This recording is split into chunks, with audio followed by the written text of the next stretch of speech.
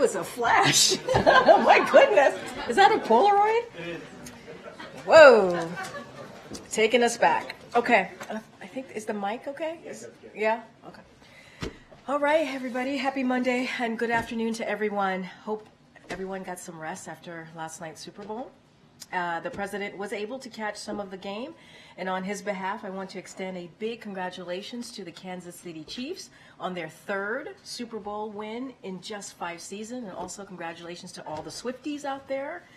The president looks forward to welcoming them back once again to the White House to celebrate their latest victory. As you know, it is a White House tradition. And so without ado, don't have anything much more. I know you guys are excited about that. We have the Admiral here, my colleague, John Kirby, who is here to discuss the visit of King Abdullah of Jordan and the latest on the Israeli hostages who were freed in Rafah, and also the Libido Corridor Private Sector Investment Forum. Admiral? Good afternoon, everybody. As you know, the President is hosting King Abdullah here at the White House this afternoon. It's the 75th year of diplomatic relations between Jordan and the United States, and this meeting will help further strengthen our enduring bilateral relationship. During the meeting, President Biden and the King will discuss the ongoing situation in Gaza, of course, and efforts to help produce an enduring end to this conflict.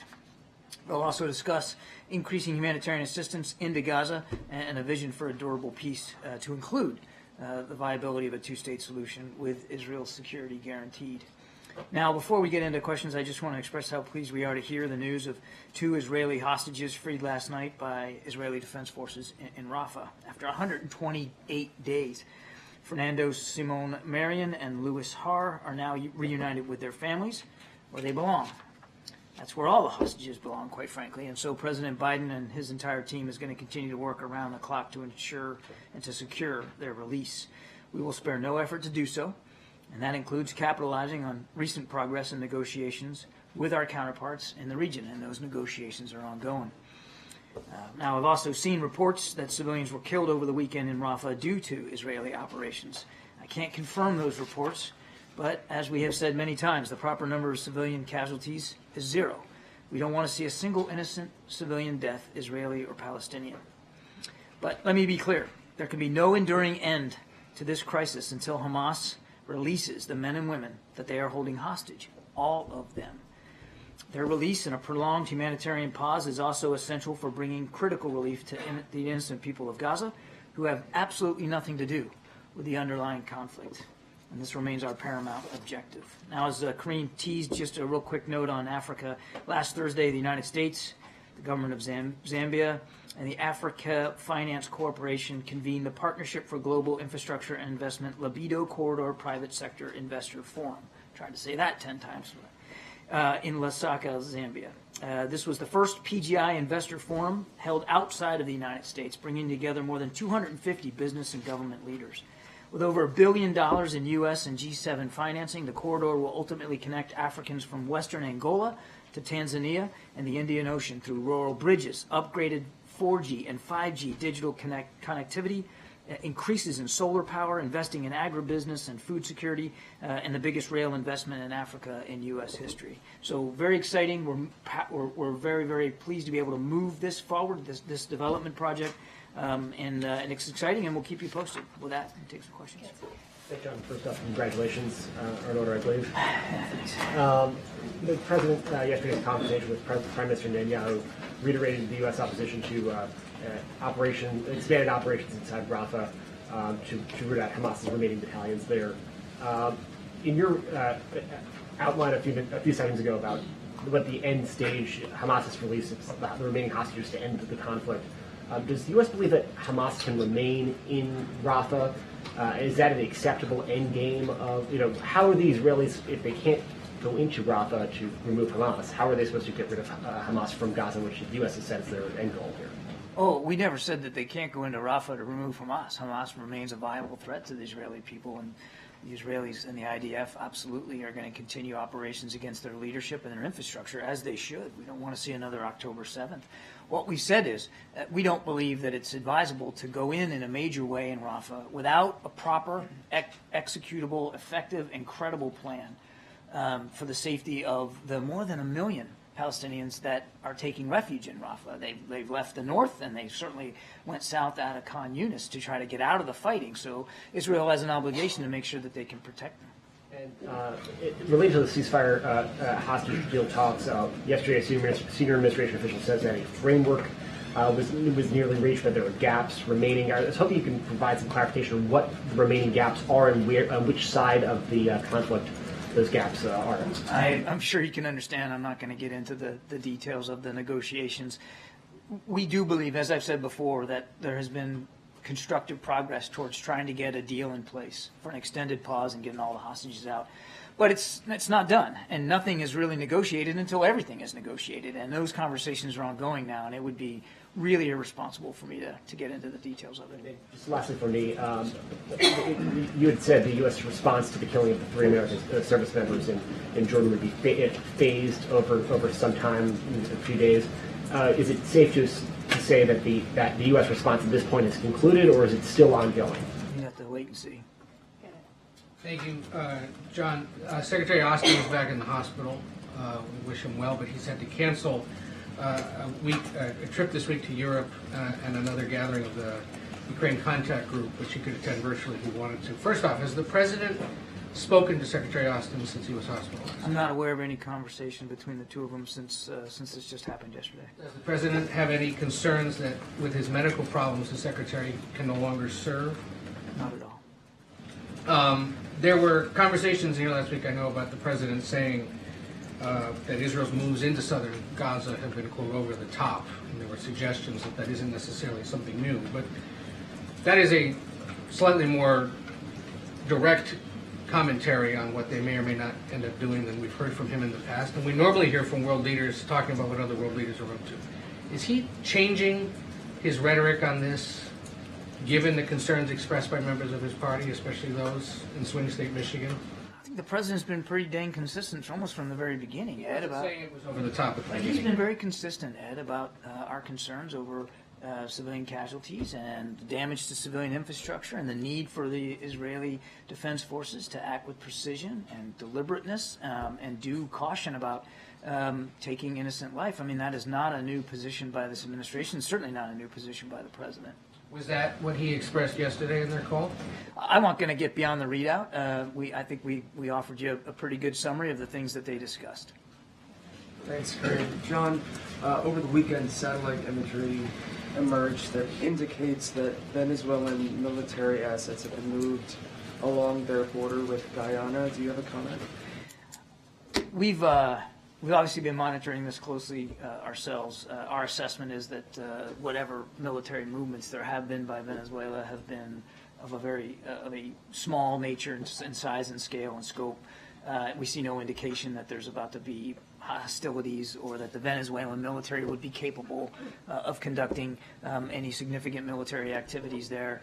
We continue to urge a peaceful resolution to this, and obviously we're going to continue to watch it closely. I would remind that anything that we're doing down in Guyana or in that area is done purely for defensive purposes. And on Haiti, the administration is convening a meeting, including the Kenyans. That's right. Starting today, I understand. Starting it's 3 today days. and tomorrow, yeah. What's the goal of that meeting, and when would you like to see this force deployed? Well, we think there's certainly a significant need for a multinational security force of some kind down there to help protect the people of Haiti. You're right, there are discussions going on, started today, will go on again tomorrow over at Fort McNair here in town. So we're glad to host them. Look forward to seeing where we can get. But the idea really is to start to set out the general parameters of what that multinational security force could look like and how it would operate. It's a entry-level discussion. I have no doubt that there will be follow-on discussions as appropriate.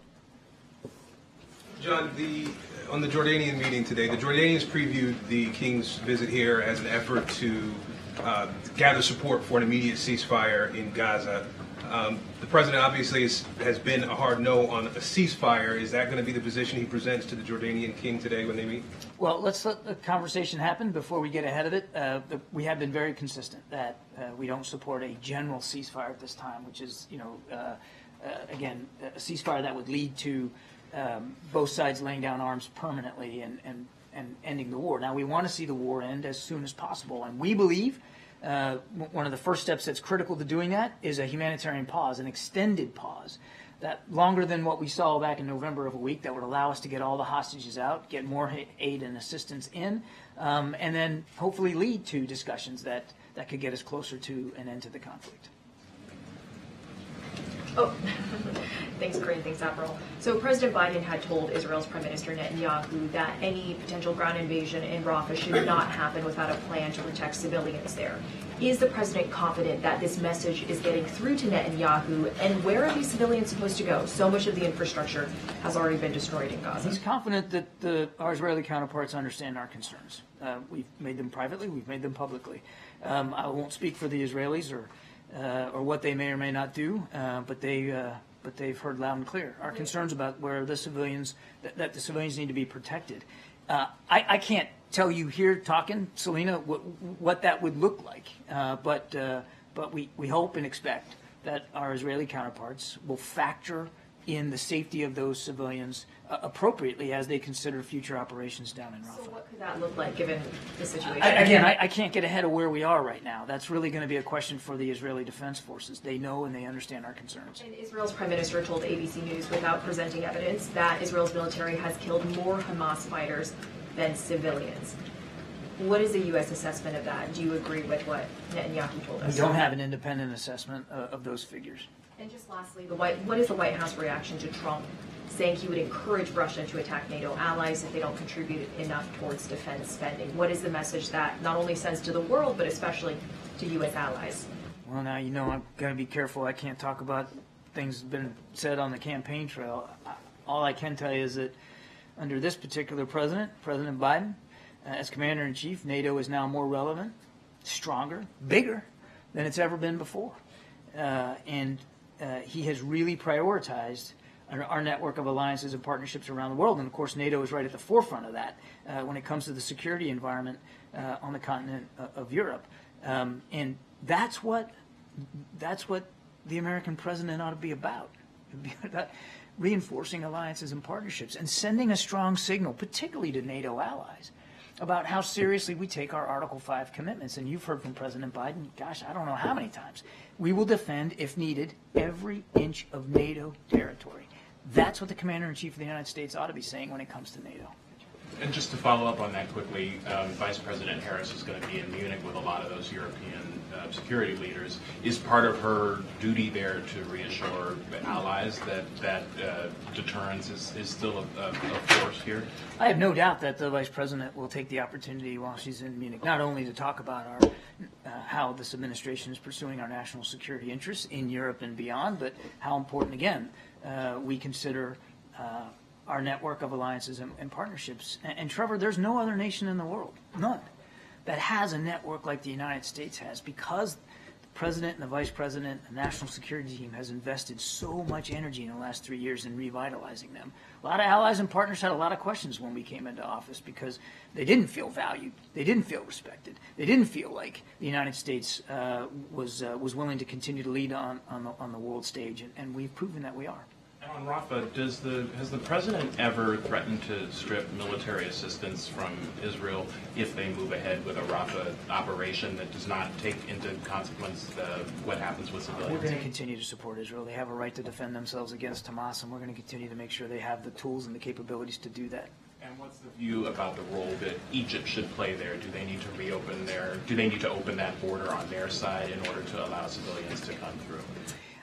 Egypt has been a terrific counterpart with respect to Rafah and the use of that gate and allowing people that need to get out, people that, third country nationals, and they continue to do that. They've been a terrific partner. But it is closed, right? So the average person can't. There have been, and I suspect there will be closures at times based on the security environment. But we're not concerned about our ability to continue to communicate with President El-Sisi about the proper use of that gate.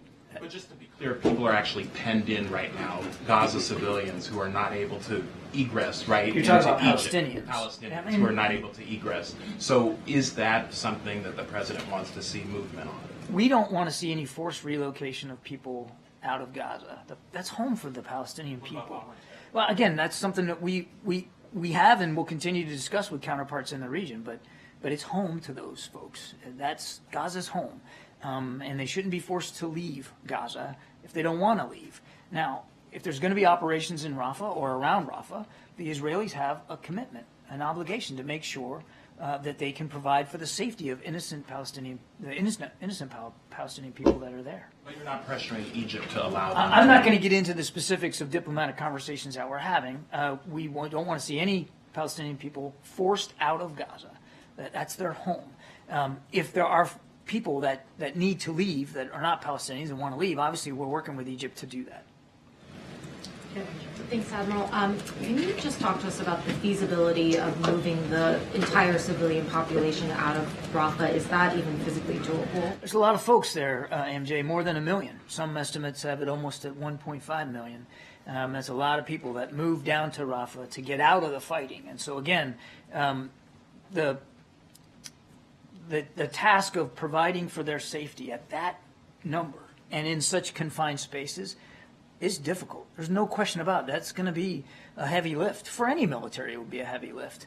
But that's the conversation that we want to keep having with our Israeli counterparts. I don't know what it's going to look like. We can't tell you what it's going to look like. That's really for the IDF to speak to. But it absolutely has to be accounted for. But do you think it is a realistic goal, that it is viable to try to move those people out of that area? Well, let's see what the Israeli Defense Forces come up with. And if they go ahead with the ground incursion anyway before the civilian population can safely be moved out of that area, would there be any consequences from the U.S.? I know Trevor just asked a question about, potentially stripping, military support or security assistance.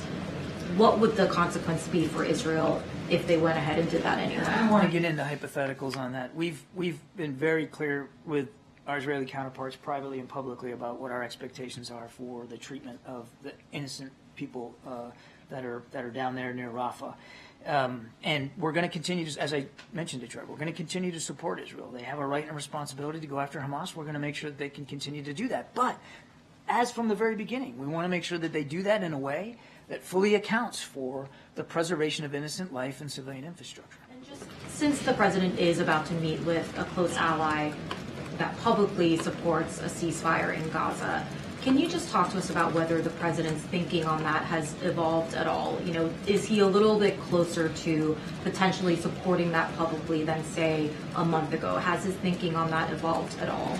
We haven't changed in terms of our desire to see an extended pause so that we can get all the hostages home with their families where they belong, so we get additional security assistance in, and we can see a reduction in the violence. We are still focused on trying to get an extended humanitarian pause. I'm asking about a permanent pause. I know what you're asking. What I'm saying is we support and continue to support an extended humanitarian pause. Thanks, John. You talk, I know you can't give specifics about consequences, but I mean, would the United States policy change under any circumstances? You talk about an obligation to protect civilians. The president has talked about over-the-top, indiscriminate bombings. Is there anything, would there be any consequences? Would the U.S. policy change, or is it support no matter what? I just won't get ahead of where we are right now, and I'm certainly not going to engage hypotheticals. We want to make sure Israel can continue to defend itself. We want to make sure that humanitarian assistance continues to flow to the people of Gaza, and by no means has there been enough. There needs to be more. And we want to get all those hostages home.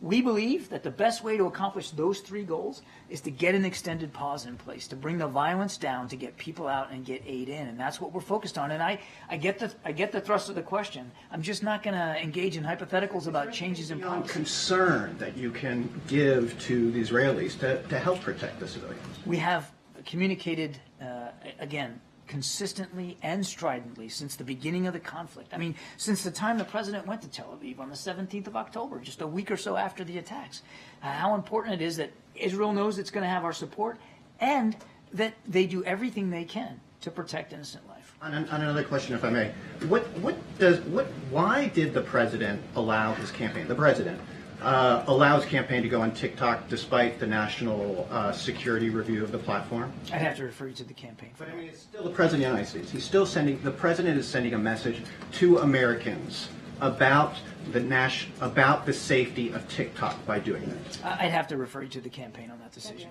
Thanks, Queen. Thanks, Admiral. Sorry to press you on this issue of Rafah, but I mean, And you say there's, we're not going to talk about possible halting military aid. You're not going to talk about consequences. What leverage does the White House actually have in terms of ensuring that Israel does not launch a military offensive in Rafah, without taking the necessary steps? Well, I don't think you're all that sorry about pressing me on this, but I'll go ahead and that's okay. It's all right. Look, it's not about leverage. It's about being consistent. And I've said it before just in the last few minutes. It's about being consistent about our desire to make sure Israel can defend itself so that October 7th can't happen again, which Hamas obviously wants to do.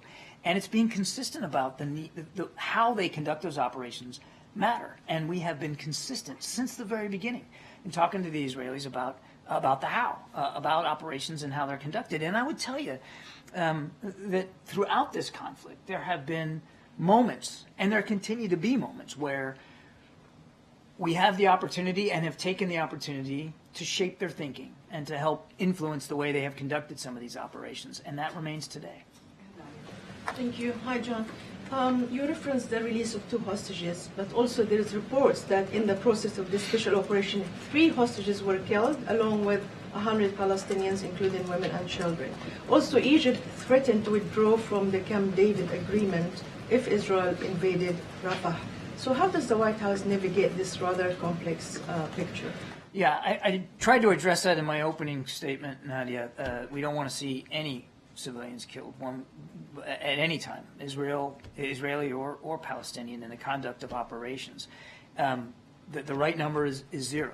And so while we're very glad that 2 hostages are now back with their families where they belong, we certainly mourn any loss of innocent life as a result of those operations. And it just underscores, I think, a couple of things. One, and again, I can't validate the numbers. I've seen the reports, but I can't confirm them.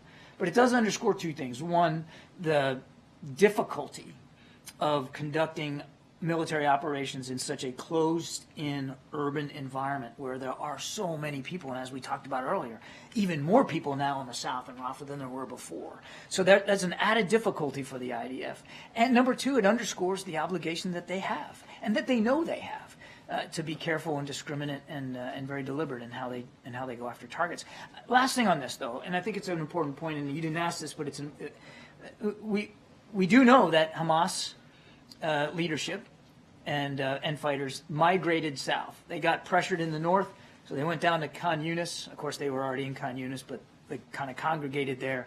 And then as the Israelis put pressure on them in Khan Yunis, they gravitated further south now towards Rafah. By their very presence and their operations down there, they are further endangering the people of Gaza that are now settled or trying to find refuge down there in Rafah. So there are legitimate military targets that the Israelis are going to want to go after in Rafah. Again, we just urge them, as we have, to be careful. I also want to ask you that President comments, he referenced over the top, and he also said that Israel indiscriminately killing people in Gaza. Yet he's willing to sign off on almost $14 billion in military aid.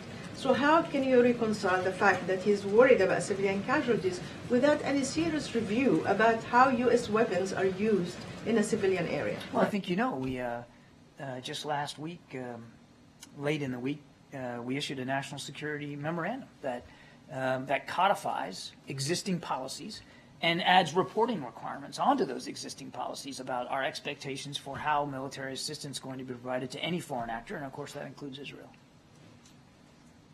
Thanks, John. Just to jump off of Nadia's question, you've been explicit that the U.S. does not support an operation into Rafah without a credible, feasible plan to move and protect civilians.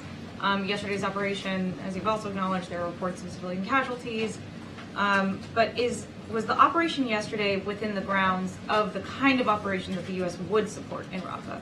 I can't really speak to the specifics of IDF operations. You know I won't do that. They should speak to the operations that they conduct and what that looks like. As I understand that, again, this is rudimentary and early information. This was a specific military raid to rescue hostages and not necessarily indicative of some larger operation that they have talked about conducting in Rafah to root out Hamas leaders that have now tried to find refuge among the million or so Palestinians that are there.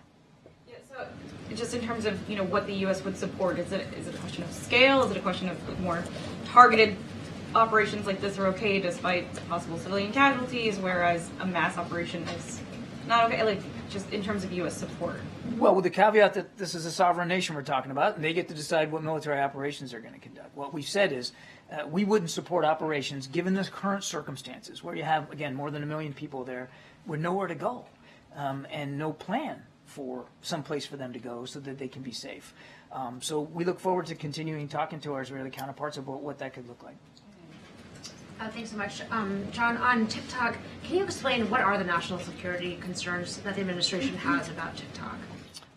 As you know, it's not approved for use on government devices, and that remains the case today. And I think, again, I don't want to get into too much of the national security technical reasons behind that, but it does have to do with concerns about the preservation of data and the potential misuse of that data and privacy information by foreign actors. I think that's as far as I can go. It's wise for people to use TikTok?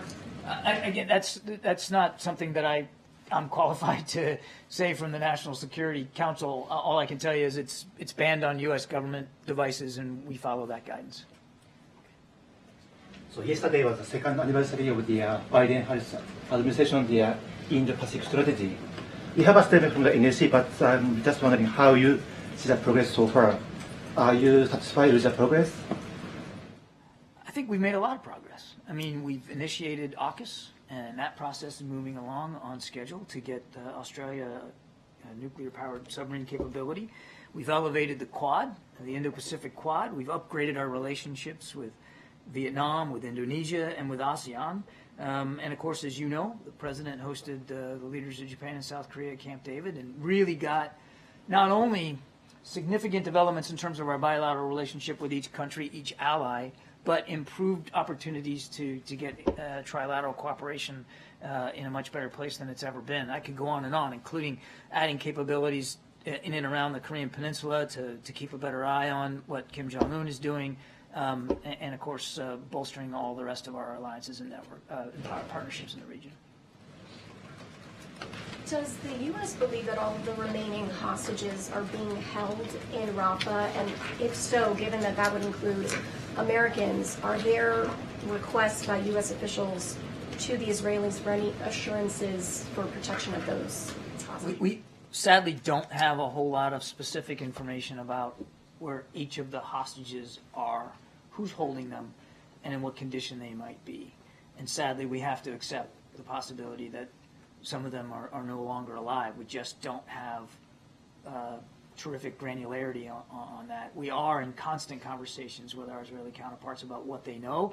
Certainly we remain in touch with the families of the American hostages. I think Jake Sullivan just met with them a week or so ago. We'll maintain constant touch with them and try to get as much information as we can. But obviously, the whole reason we're trying to get this deal in place is so that you can provide for the safe and secure passage of hostages out. Yes, it's true, and we're glad that 2 hostages were rescued, but by and large, the greatest number of hostages safely released were done through a hostage deal, right? A pause in the fighting where they were able to go, and that's why we're putting so much effort into these current negotiations. We believe that's the best way to get hostages in greater numbers out safely. Thank you, John. I have a question about Afghanistan and then one about Lunar New Year. Starting with Afghanistan, the UN is holding its second international conference on Afghanistan since the Taliban took power back. That's happening next week in Doha. So I just wonder, what are the administration's expectations from this gathering, and do you see this as a move to normalize the Taliban? There are no efforts by the United States government to quote-unquote normalize, as you put it, or to recognize the Taliban officially. We've said it numerous times. If they want to be seen as legitimate rulers, they need to meet all the commitments that they said they would meet and make, and they haven't done that. Should be holding this meeting then. I will let the Secretary General speak for what meetings the UN's holding. Nothing's changed about our policy when it comes to the Taliban. And the Very quickly, happy year of the dragon. It's a happy year for you, a rabbit. But you are a rabbit. You were born in 1963. Yes, you are. I have a follow-up. About me being a rabbit? All right, thank you. I did not know that, but I appreciate that very much. He's a horse. It's supposed to be a prosperous year for him. What is the president's message to the 20 million Asian Americans who celebrated this holiday over the weekend? He hasn't issued a message. What is his message? We have actually, I think, put something on social media about the Lunar New Year, and of course we're wishing everybody who observes the Lunar New Year a happy one and a prosperous one, even the rabbits. Admiral, I wanted to clarify the position on TikTok. So the administration still has concerns, security concerns about TikTok, even though the campaign has now joined it? Again, I cannot speak, nor will I speak for the campaign. I can't do that or their decisions. Nothing's changed about the national security concerns from the NSC's perspective about the use of TikTok on government devices. That policy is still in place. But surely there must have been some conversation between the White House here and the campaign on whether it was appropriate for the campaign to use it. I can't speak to that. Jackie, thank you, Karine. John, just following up on this TikTok stuff. Is the CFIUS review still happening? I'd have to refer you to CFIUS. I'm not in a position to confirm one way or another what they're looking at. So is the administration still weighing a ban on TikTok? Again, I have nothing for you on that, Jackie. I mean, I'd have to refer you to CFIUS. All I can speak to credibly, which I have today, is that from an NSC perspective, there are still national security concerns about the use of TikTok on government devices, and there's been no change to our policy not to allow that. Can you help me understand, though, like why there wouldn't be any communication between CFIUS and the administration broadly, I mean, with the National Security Council? I didn't say there wasn't. I just said I'm not able to speak to issues regarding CFIUS. You'd have to talk to them. It's an independent body, and it's not something I can't speak for them. We're all just trying to square why the president would use this platform that his administration is weighing a national ban on because of national security concerns. Again, I'm not going to speak to any hypothetical ban. I can only tell you that it's not allowed on government devices. That policy remains the case, and I just can't speak for the campaign or their decisions. I apologize. Thank you so much, Admiral. Thank you. All right. Go ahead, Zeke. It's great. Just another round of that TikTok question. Are you aware of any communication between the Biden campaign and anyone who works in the White House about the president joining TikTok? Look, I can't speak to any conversations on specifically on TikTok. We got to be really careful. The campaign 2024 can't. No, hold on. So we're not going to comment on any specifics, and so certainly we would defer to the campaign on any strategy. The CFIUS process is separate and not going to get ahead of what we're going to say here. And I would say that the administration is on record for supporting the Restrict Act, as you all know, something that came up last year, and it's a bipartisan bill, and it is indeed tailored and risk-based approach so we can protect Americans' freedom of speech, and that's what matters. As you know, there are folks here who are commissioned officers who certain people are allowed to have conversation with the campaign, but I can't speak to any specific conversations that are happening about this particular issue. Again, it's under CFIUS review. We want to be really mindful of not getting ahead of that, and also it's the campaign, so that is something that they would have to speak to. And the reason why it is banned on government phones or government properties, obviously devices, is because that is an act of Congress. That is something that Congress wanted to put forward to make sure that no government devices are used. Were you aware before the campaign posted that TikTok? Okay. No, I am very, very careful as the White House press secretary. I'm in a different in a different box than most, and so I do not communicate with the campaign on any strategy or anything like that. And so I'm just very, very mindful of that. I did not know. I knew as you all did. You followed up on the special counsel's report last week. When Ian Sams was here on Friday, he said the White House was considering releasing the transcript of the president's interview with the special counsel, which you all have objected to that characterization of that. Do you have an update on that review process? So look, certainly I'm going to refer you to my colleagues at the White House Counsel. I know the president's personal attorney obviously spoke to this on one of the Sunday shows yesterday, so I know they've been responsive. The team here have been responsive to those specific questions. I just don't have anything to share. Also, there's discussion about the president's ordering the creation of a task force to change policies around the handling of classified information in a presidential transition. Do you have any updates on when the president will create that task force? So I don't have any updates on that particular question about the task force. The president's personal notes from his time as vice president were among those items that were reviewed by the special counsel and leader agency and found to contain classified, in some cases, highly classified information. Does the president still keep a diary and notebooks now?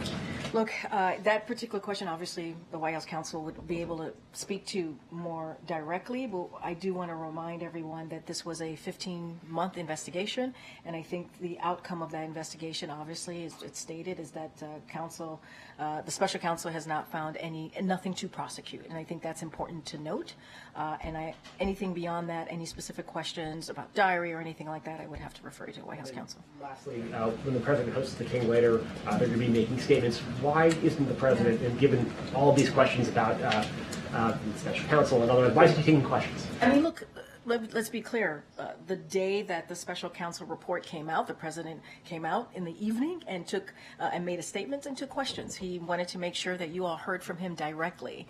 And so I want to be really, let's not forget that that did occur on the day that the report came out. Look, the president is looking forward to welcoming the King Abdullah, to the White House. He comes here every year, as you all know, during his presidency, and so he looks certainly forward to welcoming the King. So that said, and I said this last week, and I'll just reiterate, there are a variety of factors that go into decision making, that go into if there is going to be a press conference or not during foreign leaders. It depends on those conversations that we have with the foreign leaders and how that works out. Look, you're going to hear from the president. You're going to hear from the King later today around 4 o'clock. I think that's important. You hear directly from them. There's just not a press conference component to this. Not every trip, not every visit with a foreign leader has a press conference component. As I stated, King Abdullah has been here almost every year during this president's tenure, and that has not been the case. 2+2 has not been the case. I want to follow up on that real quick because you mentioned that on Friday, the German chancellor gave a press conference across the street in Lafayette Park. It seems the White House here for roadblock. Look, that is something for the German chancellor to speak to as to their government, why they chose to do that. I can't speak to that. There are two, obviously, when a foreign leader comes, there are two governments that have this discussion. They go through the process of what they want that trip to look like when they're here at the White House, and there are different various factors that play into that. And so every trip is different. Every trip is different. And with this particular trip, King Abdullah, every time he's been here, there has not been a 2+2. So I would remind you all of that as well. Thanks, Karine. A new ABC News Ipsos poll shows that 86% of Americans think Biden is too old to serve another term. That is a higher percentage than what we found in a previous poll in September. So clearly polling shows this is a persistent issue. What is the White House strategy to try and change that perception? So look, we're going to continue to lead on leadership, right? We're going to continue to focus on what this president has been able to get done, what the president has been able to get done on behalf of the American people. And look, I'll quote a little bit of what the First Lady said, I think incredibly well, just a couple days ago. President Biden does more in 1 hour than most people do in a day. His age with experience and expertise is an incredible asset, and he proves it every day. And that's what we believe. We believe that his age and his experience, because he was a senator, because he was obviously a vice president, because he has these long decades of relationships with leaders, obviously across the globe. And what he's been able to do, that's what we're going to lean into. That's what we're going to speak to. We're going to speak to how he turned the economy back on its feet. We're going to speak to the 14.8 million jobs that he was able to create, how unemployment is at under 4%, how he's able to beat Big Pharma because Medicare can now negotiate and lower costs for the American people. That's what we're going to focus on, and I think that's the most important thing at this moment, at this time, is delivering for the American people and continuing to do that. And bouncing off of the previous question, the numbers show that President Biden has engaged in about 33 news conferences. Compare that to Obama's 66 and Donald Trump's 52 by this time in their presidencies. Can you explain why the president isn't doing? So look, Yeah, and I hear the question, and I know that folks want to hear you all, and it's important because when you all hear from the president, obviously, so does the American people. So we get the importance of that, and we're always going to try to find ways, obviously outside of press conferences as well, for the president to be out there. And we have found some non-traditional ways. We think it's important to try and meet the American people where they are, and so that is important as well. Whether it's a podcast that's important, or doing certain things that is not the norm.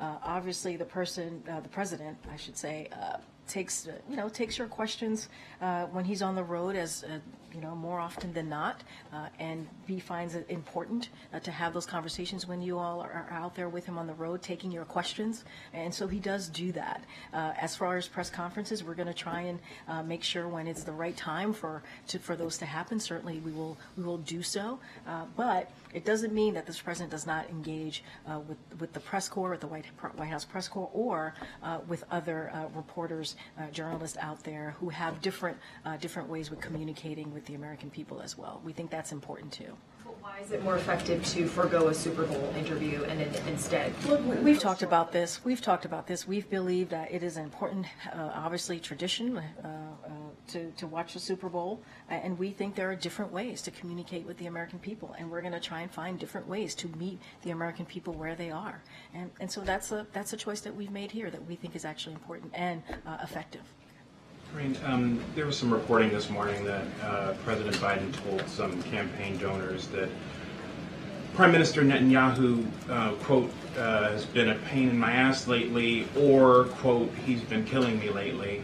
The reason we don't know what the exact quote is because the press was not in that meeting that the president had with these donors. Why is the president not living up to his full transparency pledge in terms of opening all meetings with donors to the press? So I think that, first of all, I want to be careful. These are campaign events, so I just want to be mindful. I can't speak to each of them, or really most of them. I know that, and as you know, when the president does speak in front of,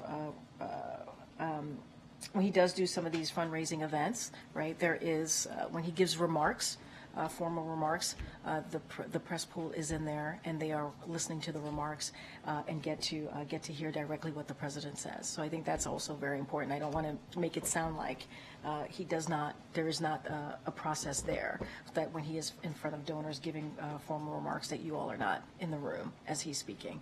I can't speak to this particular scenario.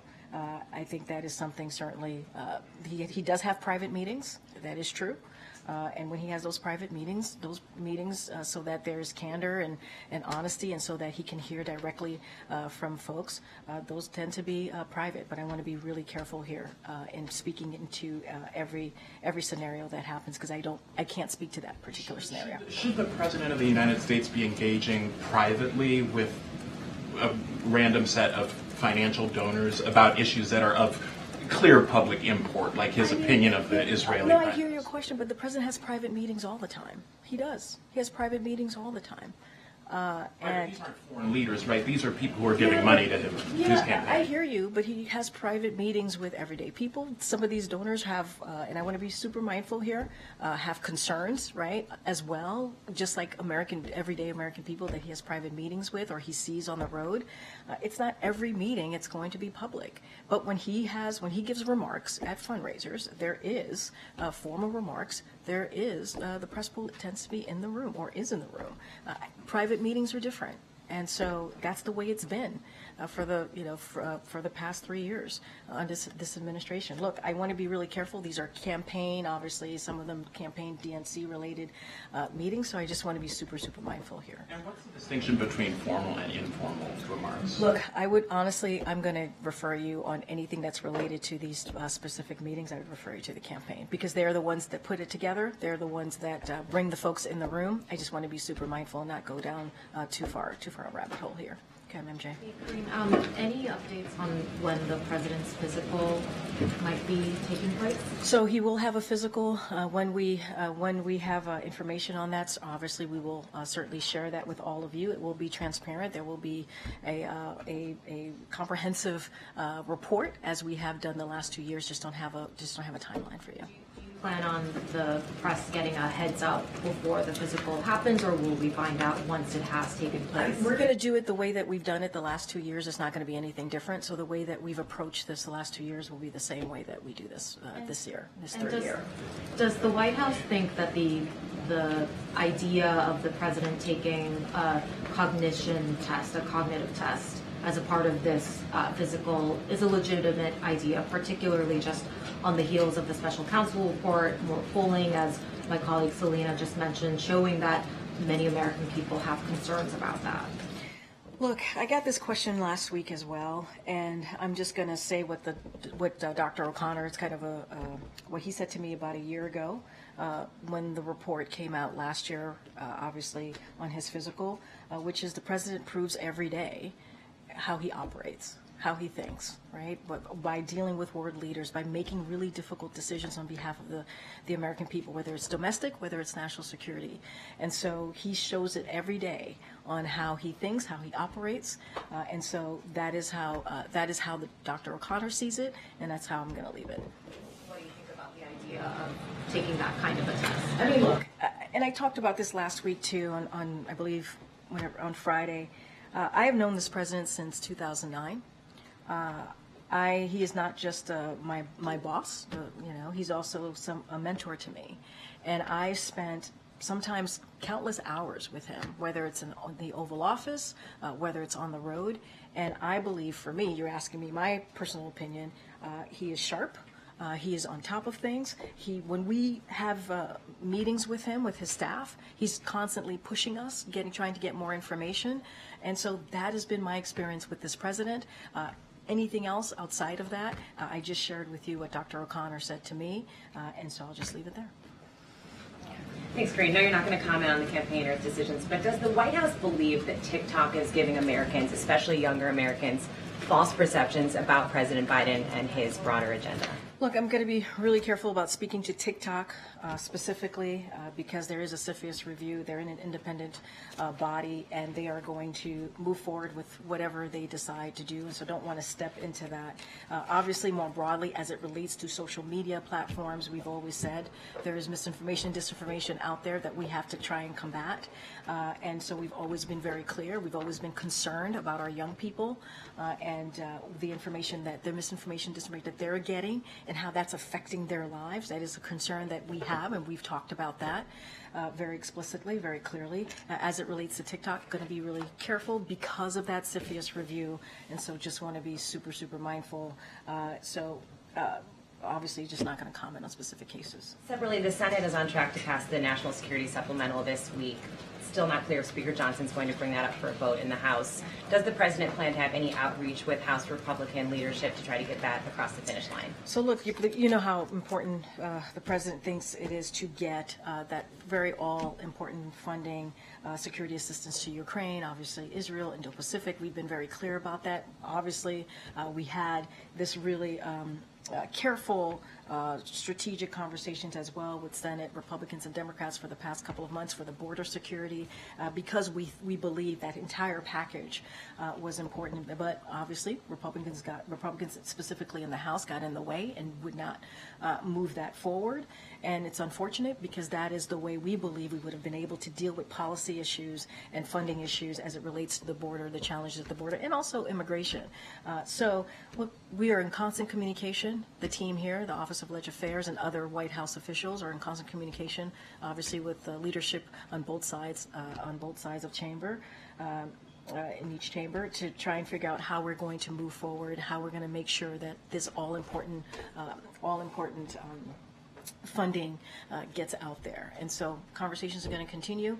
We are obviously what we wanted to see is the border security component, negotiation piece of that to be included, but we are where we are, and we believe it's important. It's important to move forward. But would the president get directly involved in those conversations? I don't have any conversations to read out. Obviously, he tends to have private conversations. We don't read out every conversation. He has relationships with folks in Congress, but his Office of Legislative Affairs and other White House officials are in regular touch with congressional leadership, and they also keep the president updated as well, which is important. Okay. Thanks. Just two things. The first, on the guidance we got for the week, there were public events for the president today and on Friday.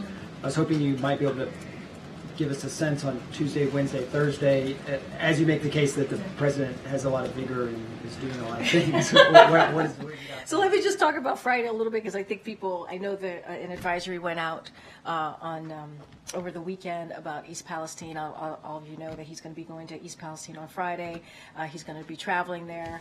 And it's because of the invitation that he received from the mayor, so it's going to be really important. And while the president's on the ground, he'll get a briefing on the ongoing response and speak to the administration's work to keep Norfolk Suffolk accountable, which is incredibly important, and support the community as it moves forward. He also has heard loud and clear from the folks in East Palestine that they don't want to be defined by an event, and so he'll speak to the administration's work to deliver on the needs for family businesses that are affected. And let's not forget there's the Bipartisan Railway Safety Act that he's going to continue to call on Congress to move forward on. So that is going to be a really important trip. You are correct about that. The president will be out there meeting directly with the American people. I don't have anything yet for tomorrow, Wednesday, or Thursday. Obviously, when things move or we have something to share, we'll certainly put that out there on the daily guidance. And obviously, there's some movement happening in Congress as well that we're keeping a close eye on. And so once we have more to share, we'll have more to share on that. And then secondly, you started the briefing by wishing congratulations to the Kansas City Chiefs as well as to all the Swifties out there. I'm wondering, when the Chiefs are invited to the White House, does the White House intend to also invite Taylor Swift?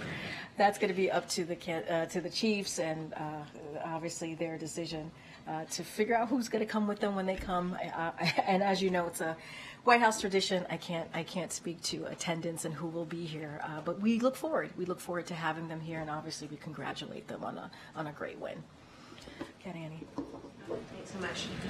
You talked a lot about how, and the president says this too, that people should watch him when there are questions about his age.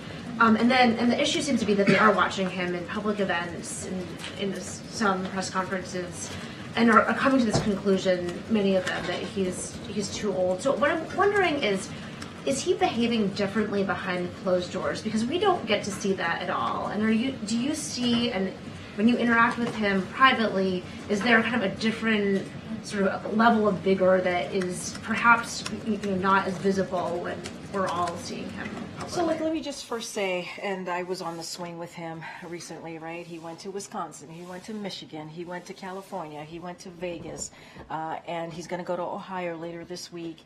And so he visited small businesses, and he met with people on the road, obviously, and spent hours with them. So folks have seen him, and you all have seen him yourselves as you cover this president. And so you see him interact, you see him engage. And even when he was in Vegas, he took some questions that you all had, and that and answer. He tends to answer them in a light way, a funny way, and is sharp with his answers to some of you about that. And so, look, and he's also meeting with world leaders. He did that with the German chancellor. He's obviously going to do this today with King Abdullah. And I spoke already about my experience with him. And just to answer your question, I've spent countless hours with this president, whether in the Oval Office or on the road. And I have to say, he's sharp, he's engaged, he pushes us for information.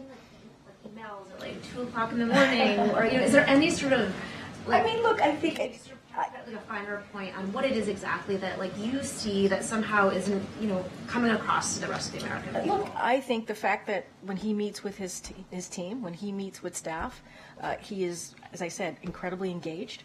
As I said, very sharp, and ask us back and forth. We go back and forth on whatever information, whatever is maybe the news of the day that's on his mind, and it happens very often.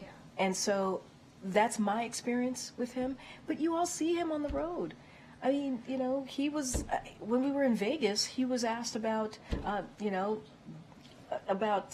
asked a specific question about the former president. And he answered that in a fun, sharp, kind of way. And that's him. That is him. What you see there is him. And so, look, I think...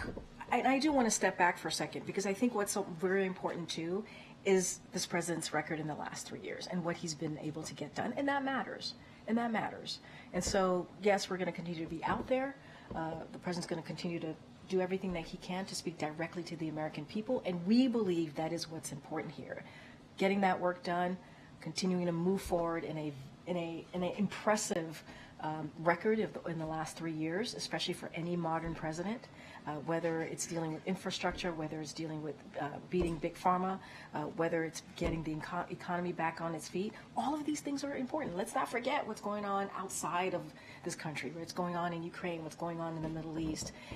This is something that the president has been able to do in a pretty effective way. And then just to follow up quickly on Matt's question, when Super Bowl teams are invited to the White House, do they typically have a +1? Actually, that's a good question. I can't answer that right now. But look, we are looking forward to having them here, the Chiefs, and it was a great win, and just like we do in every this is a White House tradition to have the winners of the Super Bowl here, and so we're looking forward to it. Okay, I haven't called on you yet. Okay. Is the White House doing anything to move the stalled child and Ms. tax bill in the Senate?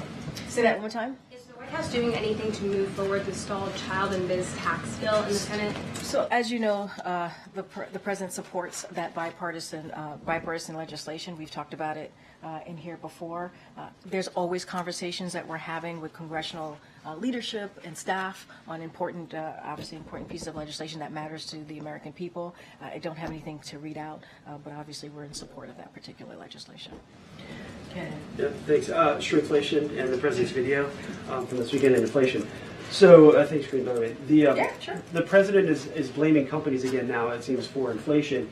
And based on his policies, though, does the president accept any responsibility for where prices are since he came into office? So a couple of things. Look, we understand how grocery prices are a major concern for hardworking families. We get it. We get that there are the prices are still kind of hurting Americans. But what we've seen is that prices have gone down for eggs, for milk, for seafood, and that's important. They're lower than they were a year ago, and we know that's not enough. And so what the president has continuously done, and you see this in this video that you're speaking of, he's called on large corporations to pass their savings on to hardworking Americans. That's what we're doing, and I think that's important that this president sees that. And in shrinkflation, for folks who are watching doesn't quite know what that is, what we're seeing is the size of a product gets smaller even as the prices stays the same, and that shouldn't be. And so the president's going to call that, and it's and what you're seeing, it's giving families less for their bang, for their buck, if you think about that. And so the president has said, and I quote, he's tired of seeing the American people being played for suckers, and that is something that he's not going to allow. But as it relates to what the president's going to continue to do, he's going to continue to do everything that he can to lower costs for the American people, and you've seen him do that. And on his doctor, when can we talk to the president's doctor, and how come they haven't been asked to come out here and talk with us, given the Her report that challenges the president's mental fitness? So look, just to speak to the Her report really, really quickly. Special Counsel Her is, as far as I remember, is obviously a Republican, a prosecutor. He's not a medical doctor. He's just not. It's not for him to speak to. It's just not. And you've heard from over the past couple of days since the report has been out, you've heard from legal experts from across the ideological spectrum, even a former attorney general, and he says, and they have come out to say that the stuff in this report that is capturing all of your attention right now is just wrong. It's flatly wrong. It is inappropriate. It is gratuitous. And so going to leave that there, and it is obviously up for a medical doctor to decide on that. But look, I have said the medical doctor, the president's doctor, is going to do a physical. He's going to, and he has always put forth in the last 2 years a detailed memo on the president's obviously medical physical, and so I'm just going to leave it there. I don't have anything else to add. Go ahead, Jared.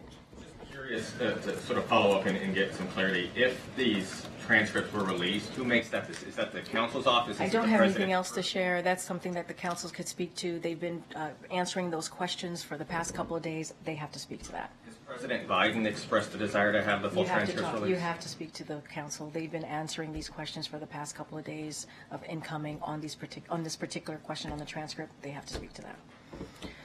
Okay, Brian. Thanks a lot. As you know, at the beginning of March, the funding for the government runs out. What's the president been doing to avoid a government shutdown and make sure that the funding is going to be there at the beginning of March to fund important programs like WIC and SNAP? Yeah, the president thinks that those programs should be funded. The president thinks that Congress should do their jobs and do the basic part of their jobs and fund that. Fund these incredibly important programs that the American family believe in or need just to survive. And so that's what the president wants to see Congress get to it, do their job, and make sure that the government does not shut down. He did his job. The president did his job a couple months ago, back in the spring of actually last year, not even a couple of months ago, and brokered a deal with Congress, both the House and the Senate, to get a bipartisan deal forward to make sure that this is during the deficit, remember, and the debt ceiling. And so he brokered that deal. It became law, because 2/3 of the House Republicans voted for it. It got a bipartisan support in the Senate, and that was the deal that he brokered. Now Congress needs to get there to get this done. Has he designated a negotiating team that he wants involved in the White House? We negotiated on this, Brian. We did. We negotiated on this. 2/3 of House Republicans voted for it, a bipartisan support from the Senate, and Congress should do their basic job, which is keep the government open and make sure these very important programs that you just listed out gets funded. All right, guys, we'll see you tomorrow. Thanks.